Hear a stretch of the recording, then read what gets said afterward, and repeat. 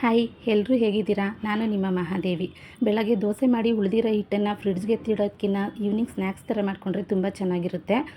ಇಲ್ಲ ವೇಸ್ಟ್ ಆಗಿಬಿಡುತ್ತೆ. 2-3 ಸ್ಪೂನ್ ಏನಾದರೂ ಇದ್ದರೆ ಅದು ವೇಸ್ಟ್ ಆಗಿಬಿಡುತ್ತೆ. ಅದಕ್ಕೆ ನಾನು ತೊಗೊಂಡಿರೋದು ಈರುಳ್ಳಿ, ಮೆಣಸಿನ್ಕಾಯಿ, ಕಡಲೆಬೇಳೆ, ಕೊತ್ತಂಬರಿ, ಒಗ್ಗರಣೆಗೆ ಸಾಸಿವೆ ಮತ್ತು ಜೀರಿಗೆ ತೊಗೊಂಡಿದ್ದೀನಿ. ಮೊದಲಿಗೆ ಸ್ಟವ್ ಹಚ್ಬಿಟ್ಟು ಬಾಣಲಿ ಇಡೋಣ.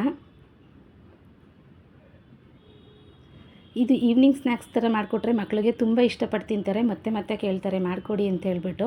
ನಾನು ಮನೇಲಿ ಒಂದು ಸಲ ಟ್ರೈ ಮಾಡಿದೆ. ನನಗೆ ತುಂಬ ಇಷ್ಟ ಆಯಿತು. ಮನೇಲೆಲ್ಲ ಇಷ್ಟಪಟ್ಟರು. ಅದಕ್ಕೆ ನಿಮಗೂ ಶೇರ್ ಮಾಡೋಣ ಅಂತ ಹೇಳ್ಬಿಟ್ಟು ಶೇರ್ ಮಾಡ್ತಾಯಿದ್ದೀನಿ. ಈ ರೆಸಿಪಿಗೆ ನನಗೆ ಯಾವ ಹೆಸರು ಗೊತ್ತಿಲ್ಲ, ಏನು ಹೆಸರಿಡಬೇಕು ಅಂತ ಗೊತ್ತಿಲ್ಲ. ನೀವೇ ಒಂದು ಹೆಸರು ಸಜೆಸ್ಟ್ ಮಾಡಿ. ಮೊದಲಿಗೆ 2 ಟೇಬಲ್ ಸ್ಪೂನು ಆಯಿಲ್ ಹಾಕ್ಕೊಳ್ಳೋಣ. ಅದು ಸ್ವಲ್ಪ ಹೀಟ್ ಆಗಲಿ. ನೀವು ಸಜೆಸ್ಟ್ ಮಾಡೋ ಹೆಸರುಗಳಲ್ಲಿ ಯಾವ್ದು ಚೆನ್ನಾಗಿರುತ್ತೋ ಅದನ್ನೇ ನೆಕ್ಸ್ಟ್ ವೀಡಿಯೋದಲ್ಲಿ ಹೇಳ್ತೀನಿ, ಯಾವ ನೇಮ್ ಇಡೋಣ ಇದಕ್ಕೆ ಅಂತ ಹೇಳ್ಬಿಟ್ಟು. ಈಗ ಹೀಟ್ ಆಗಿದೆ ಎಣ್ಣೆ. ಅದಕ್ಕೆ ಬಂದುಬಿಟ್ಟು ಸ್ವಲ್ಪ ಸಾಸಿವೆ ಮತ್ತು ಸ್ವಲ್ಪ ಜೀರಿಗೆ ಹಾಕ್ಕೊಳ್ಳೋಣ.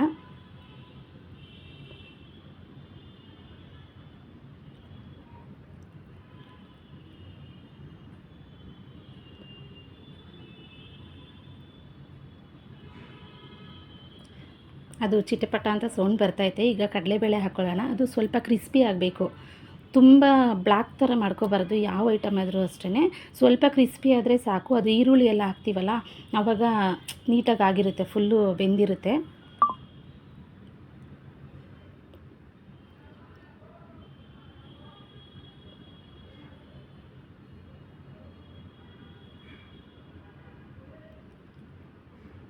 ನೋಡಿ, ಇಷ್ಟು ಬಂದರೆ ಸಾಕು.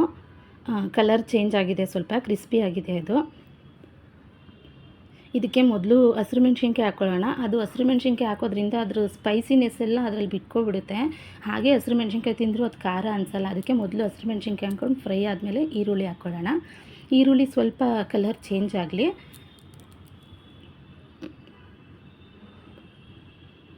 ಅದಕ್ಕೆ ಅಂತ ಹೇಳ್ಬಿಟ್ಟು ಸ್ವಲ್ಪ ಅರಿಶಿನ, ಸ್ವಲ್ಪ ಉಪ್ಪನ್ನು ಹಾಕ್ಕೊಳ್ಳೋಣ. ದೋಸೆ ಬ್ಯಾಟರಲ್ಲೇ ಸ್ವಲ್ಪ ಉಪ್ಪಿರುತ್ತೆ, ಅಂದರೂ ಸ್ವಲ್ಪ ಈ ಮಸಾಲೆಗೆ ಅಂತ ಹೇಳ್ಬಿಟ್ಟು ಸ್ವಲ್ಪ ಸಾಲ್ಟ್ ಆ್ಯಡ್ ಮಾಡ್ಕೊಳ್ಳೋಣ.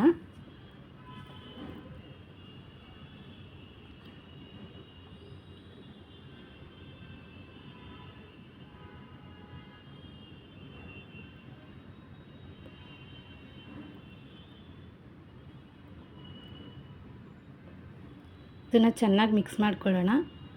ಸ್ವಲ್ಪ ಕಲರ್ ಚೇಂಜ್ ಆದರೆ ಸಾಕು, ಫುಲ್ಲು ರೋಸ್ಟ್ ಆಗಬೇಕಂತೇನಿಲ್ಲ ಆನಿಯನು. ಅದಕ್ಕೆ ಕೊತ್ತಂಬರಿನೂ ಒಗ್ಗರಣೆಲಿ ಹಾಕಿ ಫ್ರೈ ಮಾಡೋದ್ರಿಂದ ಅದು ತುಂಬ ಚೆನ್ನಾಗಿರೋ ಫ್ಲೇವರ್ ಕೊಡುತ್ತೆ. ನೀವು ಯಾವುದಾದ್ರೂ ರೆಸಿಪಿಗೆ ಟ್ರೈ ಮಾಡಿ ಅದನ್ನು ಒಂದು ಸಲ. ಮೇಲ್ಗಡೆ ಹಾಕೋದಕ್ಕಿಂತ ಒಳಗಡೆನೇ ಹಾಕಿ ಫ್ರೈ ಮಾಡಿದ್ರೆ ತುಂಬ ಚೆನ್ನಾಗಿ ಫ್ಲೇವರ್, ಅದ್ರ ಘಮ ಘಮ ಅನ್ನೋ ಸ್ಮೆಲ್ಲೆಲ್ಲ ತುಂಬ ಚೆನ್ನಾಗಿರುತ್ತೆ. ಈಗ ಆಗಿದೆ. ಗ್ಯಾಸ್ ಸ್ಟವ್ ಆಫ್ ಮಾಡಿಕೊಂಡು ಇದನ್ನು ಹಿಟ್ಟೊಳಗಡೆ ಹಾಕ್ಕೊಂಡು ಮಿಕ್ಸ್ ಮಾಡ್ಕೊಳ್ಳೋಣ.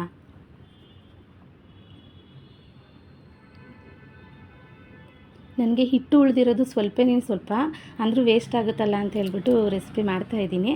ಟ್ರೈ ಮಾಡಿ ಒಂದು ಸಲ. ನನಗಂತೂ ತುಂಬ ಇಷ್ಟ ಆಗುತ್ತಿದ್ದು. ಲಾಸ್ಟ್ ಟೈಮ್ ಮಾಡಿದ್ದೆ, ಇಷ್ಟ ಆಗಿತ್ತು.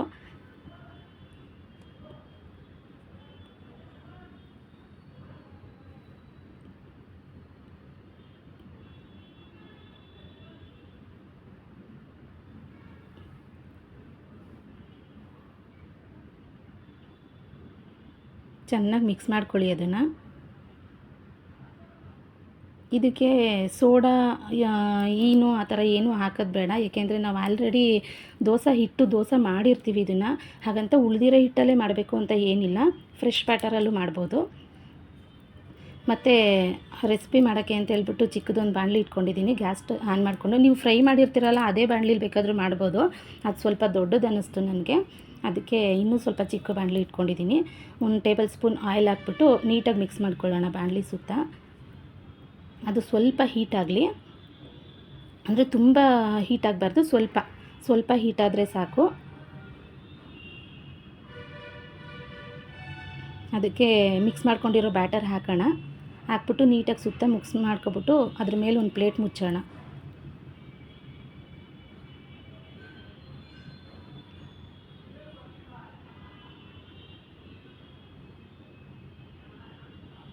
ಆಯಿಲು ನಿಮಗೆ ಆಪ್ಷನಲ್ಲು, ಬೇಕಂದರೆ ಹಾಕ್ಕೊಳ್ಳಿ. ನನಗೆ ಆಯಿಲ್ ಸ್ವಲ್ಪ ಕಮ್ಮಿ ಇದೆ ಅನ್ನಿಸ್ತು, ಅದಕ್ಕೆ ಹಾಕ್ಕೊಡ್ತಾ ಇದ್ದೀನಿ. ಪ್ಲೇಟ್ ಮುಚ್ಚಿಬಿಟ್ಟು 1 ನಿಮಿಷ ಬಿಟ್ಟರೆ ಸಾಕು. ಅದು ಫುಲ್ಲು ಲೋ ಹೀಟಲ್ಲಿರಬೇಕು. ಅದು ಫ್ಲೇಮ್ ಜಾಸ್ತಿ ಮಾಡೋದು, ಮೀಡಿಯಮ್ ಮಾಡೋದು ಬೇಡ, ಸೀದೋಗಿಬಿಡುತ್ತೆ ಅದು ಇಲ್ಲಾಂದರೆ.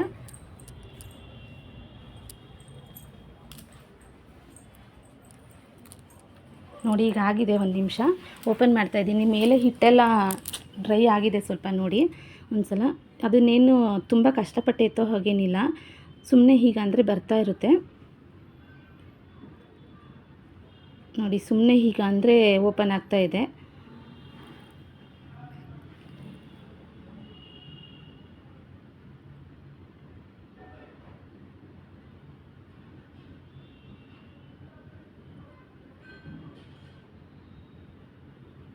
ಉಲ್ಟಾ ಮಾಡ್ಕೊಳ್ಳೋಣ. ಸ್ವಲ್ಪ ಜಾಸ್ತಿನೇ ರೋಸ್ಟ್ ಆಗಿಬಿಟ್ಟಿದೆ ಇದು. ಇನ್ನೊಂದು ಸ್ವಲ್ಪ ಬೇಗ ಎತ್ಬಿಡಿ ನೀವು ಮಾಡೋದಾದರೆ.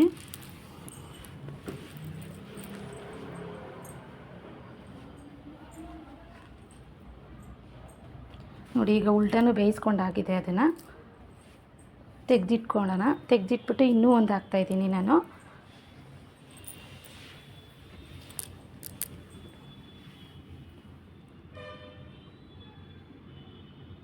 ಅದಕ್ಕೆ 1 ಟೇಬಲ್ ಸ್ಪೂನ್ ಆಯಿಲ್ ಹಾಕೋಣ.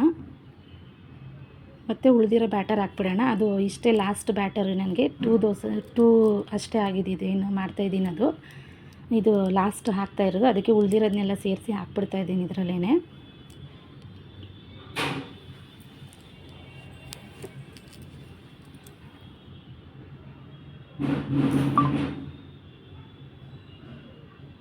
ಮಿಕ್ಸ್ ಮಾಡಿಬಿಟ್ಟು ಮತ್ತೆ ಪ್ಲೇಟ್ ಮುಚ್ಚಿಬಿಡಿ ಅದರ ಮೇಲೆ.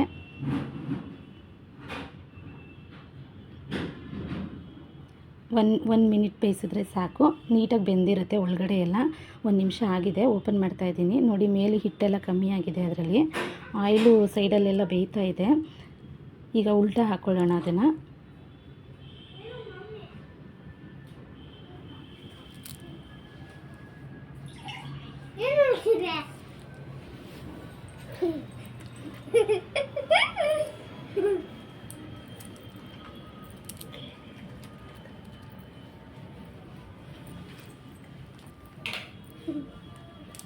ಉಲ್ಟಾ ಹಾಕಾಗಿದೆ ನೋಡಿ, ಎಷ್ಟು ಚೆನ್ನಾಗಿ ರೋಸ್ಟ್ ಆಗಿದೆ ಅಂತ ಹೇಳ್ಬಿಟ್ಟು. ಈ ಕಲರ್ ಬಂದರೆ ಸಾಕು, ತುಂಬ ಚೆನ್ನಾಗಿ ಬಾಯ್ಲ್ ಆಗಿರುತ್ತೆ. ಮೇಲೆಲ್ಲ ಕ್ರಿಸ್ಪಿ, ಒಳಗೆಲ್ಲ ಸಾಫ್ಟ್.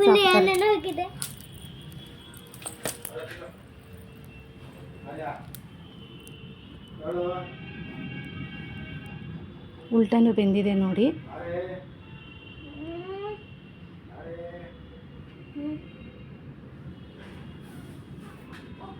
ತುಂಬ ಕಷ್ಟಪಟ್ಟು ತೆಗೆಯೋದೇನಿಲ್ಲ ನೋಡಿ, ಎಷ್ಟು ಚೆನ್ನಾಗಿ ಕಾಣ್ತಾ ಇದೆ.